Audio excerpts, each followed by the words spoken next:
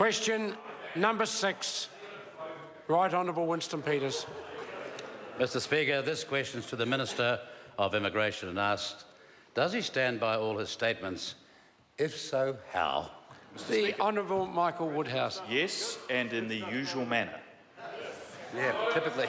That'll be true enough. Order. Supplementary question. We'll just have the supplementary question. If parents from China still overwhelmingly dominate the parent category, which, what happened to his 2014 promise of, and I quote him, a much fairer system to spread the origin of parents over more countries? Mr. Speaker. The Honourable Michael Woodhouse. Well, Mr. Speaker, that is a question that's open to speculation, but I would certainly be prepared to speculate that the policy that was in place under the previous government, which was a home alone policy giving favour to Chinese parents because of China's one-child policy, and which this government dispensed with some years ago, is likely to still have a resonating effect on the number of applications coming from that country. Supplementary question.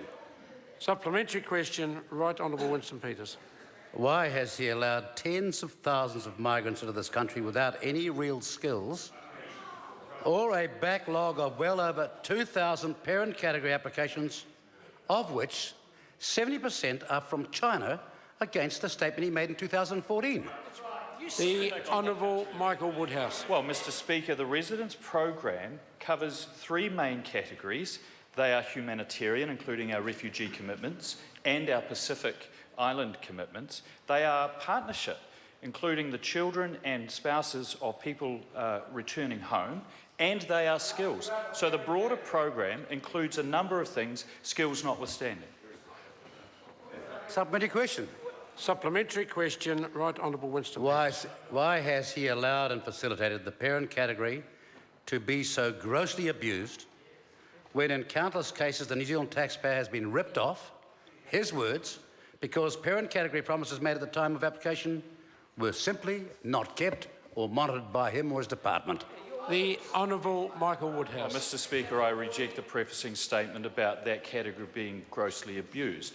But there will be a review of the parent category visa because of some concerns about higher costs, and I look forward to the outcome of that review. Supplementary question. Order. Supplementary question, Right Honourable Winston Peters. What do you say, midget? What sort of system is he running when, first of all, 31% of migrants using the parent category have abandoned this country and dumped their parents on the New Zealand taxpayer and not looked after the commitments they gave in the first place?